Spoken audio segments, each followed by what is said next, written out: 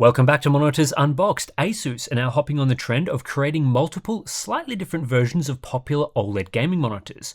We've seen a lot of this across brands like MSI and Gigabyte, most recently with the MPG322URX that added DisplayPort 2.1 to an existing product, jacking up the price in the process. While the monitor we're looking at today, the ROG Strix XG27UCDMG, is almost the exact opposite of that. Asus have removed DisplayPort 2.1 from this display, lowering the price significantly to make it better value for gamers. To put it simply, the XG27UCDMG is a variant of the ROG Swift PG27UCDM we reviewed at the start of the year. It packs the exact same 27-inch 4K 240Hz QD-OLED panel from Samsung Display and retains many of the same features. But it's $200 US cheaper, coming in at just $900 compared to $1,100 for the original. This puts it at price parity with the Dell Alienware AW2725Q, which up until now was the cheapest and best valued 27-inch 4K OLED gaming monitor on the market. Of course, to shave $200 off the price, there are some feature cutbacks. One of them I already mentioned. DisplayPort 2.1 UHBR20 has been omitted in favor of DisplayPort 1.4 with DSC. Dolby Vision has also been cut from the package, and the design is different, with Asus using their Strix OLED design here. But pretty much everything else about the product, including key areas to performance, is the same, as we'll explore throughout this review. Let's stick with the port change though for now, because I continue to see comments around the web suggesting that products featuring these high-performance 4K 240Hz OLED panels should use DisplayPort 2.1 for the additional bandwidth. This gives the impression that DisplayPort 1.4 versions like the XG27UCDMG are second-class citizens, and that it's definitely worth paying a premium to get DisplayPort 2.1. But I disagree. I found next to no real-world difference in my testing of DP 2.1 versus DP 1.4 with monitors of this spec, so I don't believe it's worth paying a premium for DP 2.1. This is based on two facts. Firstly, it's virtually impossible to notice a visual difference between DisplayPort 1.4 with Display Stream Compression or DSC enabled and DisplayPort 2.1 with DSC disabled. So the gaming experience, the quality of the image is identical. Secondly, the only consumer GPUs that support DisplayPort 2.1 UHBR20, NVIDIA's RTX 50 series, also work much better with DisplayPort 1.4 monitors and don't have feature compatibility issues present in prior generation GPUs. Previously, with NVIDIA GPUs that only supported DP 1.4, multiple display heads in the GPU needed to be combined to support high bandwidth monitors like 4K 240Hz. This internal combination of heads prevented features like DSR and DLDSR from working. Coincidentally, these monitors typically needed DSC to work over DP 1.4, but the actual feature limitation came from exceeding the single display head limit, not from using DSC. With the RTX 50 series, the display head is much larger, and so 4K 240Hz displays now fit within a single display head, which preserves full feature compatibility. And this benefit applies regardless of whether the monitor uses DP 2.1 UHBR20 without DSC or DP 1.4 with DSC. So on current GPUs that support DP 2.1 UHBR20, there's no practical difference between DP 2.1 or DP 1.4, and so there's no real-world difference in the experience between a DP 2.1 and DP 1.4 monitor. This is why I don't believe DP 2.1 is worth paying a premium for.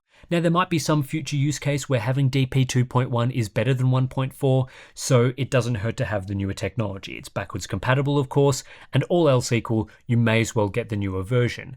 But the XG27UCDMG only having DisplayPort 1.4 with DSC is a non-issue in my opinion for today's gamers. Outside of the DisplayPort connector, there are no other changes to the ports on the XG27UCDMG versus PG27UCDM. There are still two HDMI 2.1 ports and a USB-C supporting DP Alt mode and 90 watts of power delivery. There's a 3-port USB 5 gigabits per second hub and KVM switch functionality. The design is the other noticeable change between the XG and PG models. The PG27UCDM uses the ROG Swift design, which features elevated metal legs and a more premium stand pillar. The XG27UCDMG uses the ROG Strix design, which swaps out the stand for something more basic with plastic used for the outer surfaces. The base is flat and squarish, featuring a cutout to store your phone, and the pillar is simplified. If anything, I actually prefer the way this stand looks, but on the whole, it makes little difference to the product's aesthetics. It's not really a downgrade. This is especially true because the display section looks identical from the front and rear, so you still get the large RGB LED Asus ROG logo and the central box design with its nice thin OLED panel.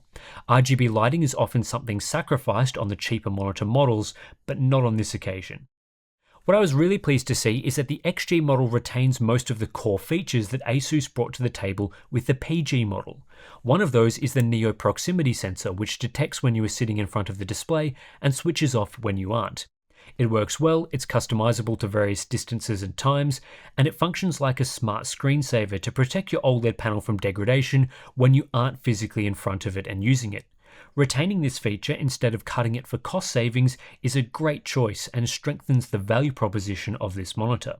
You also get Asus's OLED anti-flicker feature, which works by adjusting the variable refresh rate range to minimize flicker in edge case scenarios. This is the same implementation as on the PG model, so I would recommend using the medium setting, which reduces the VRR range to 80 to 240 Hz and preserves LFC. The only notable feature that's been cut is Dolby Vision. This isn't something that's particularly useful for PC gaming right now due to the dire state of Dolby Vision support in Windows and the lack of compatible games. However, it is potentially useful for those that have external media players and want to watch Dolby Vision video content on their monitor. For that, you'll need to grab the PG27UCDM instead. Cutting Dolby Vision from the XG model and saving the licensing cost probably makes more sense than cutting some of the other features. Moving now into the performance of the panel itself, and there's good news here. The XG27UCDMG is basically just a PG27UCDM, and we know from our previous review that the PG model performs really well.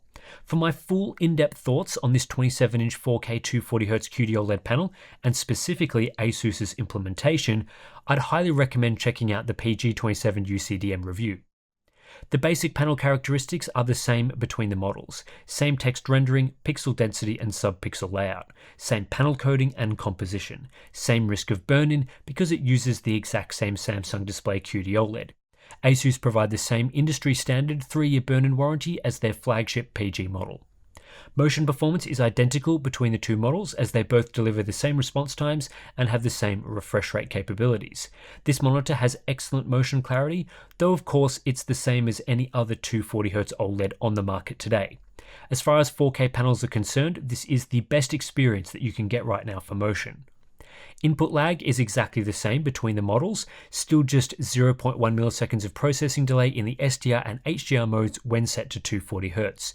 Power consumption is also virtually identical.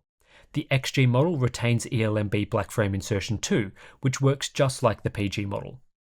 SDR color performance is very similar to the PG model, though there are some small differences in calibration.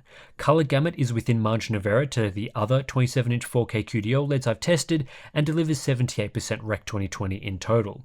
Factory calibration is similar. My PG unit was a little more accurate than the XG unit, as the XG was slightly tinted towards red in color temperature. Outside of that, it's very similar, with just a couple of delta E's of difference.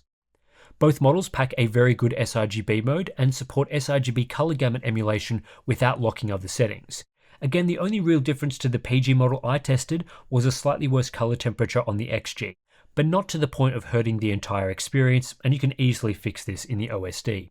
This is still a well-calibrated monitor with a Delta E ITP of just 3.6 in grayscale and 4.5 in color checker. Comparatively, this makes the XG27UCDMG one of the better monitors I've tested for sRGB mode accuracy. The PG27UCDM is basically the best of the best, but the XG model is still right up there, essentially equivalent to the MSI 272URX and better than the Dell AW2725Q in grayscale. For color checker, the XG model also performs well, though not as well as the premium MSI and Asus variants. SDR brightness is within 7 nits of the PG model, and we get the same characteristics, such as the uniform brightness setting not being enabled by default.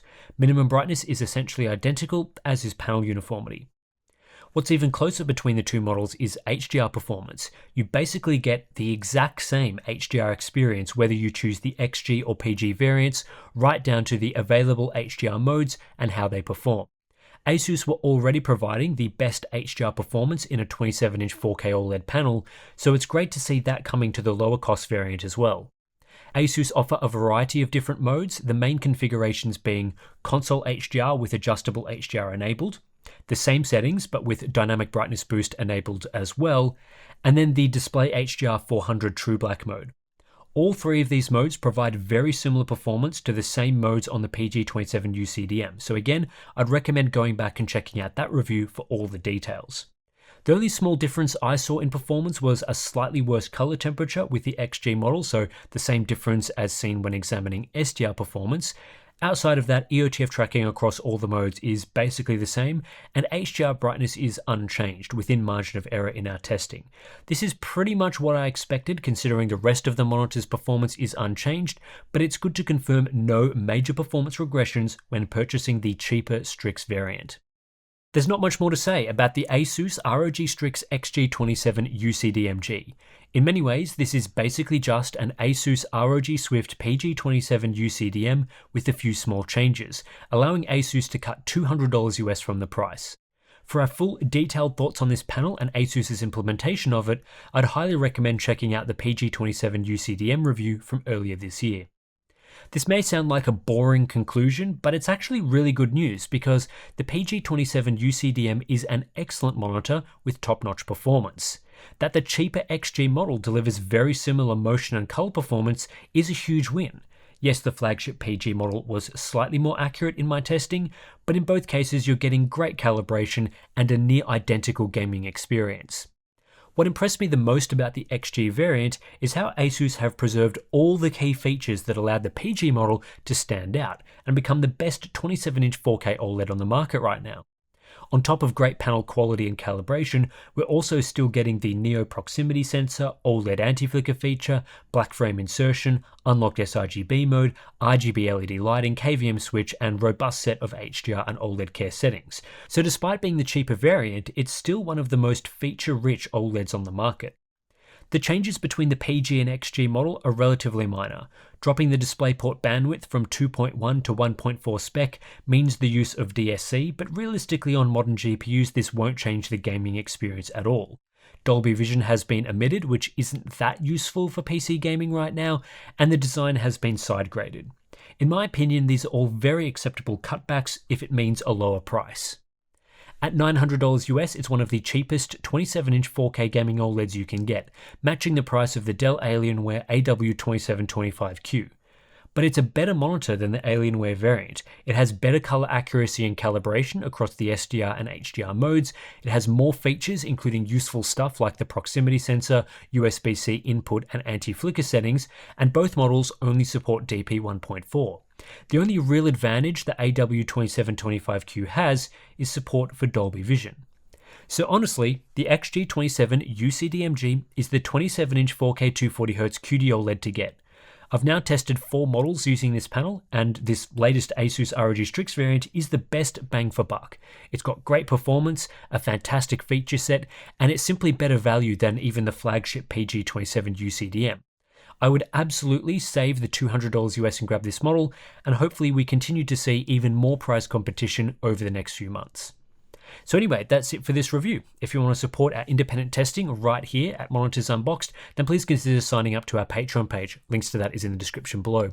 If you sign up, you'll get access to cool benefits like our calibrated settings, ICC profiles. We've also got our Discord community, which is a great place to chat about monitors, get advice and recommendations, and I'm in there chatting with you guys every so often. So yeah, that pretty much does it for this one. Thanks for watching, and I'll catch you in the next one.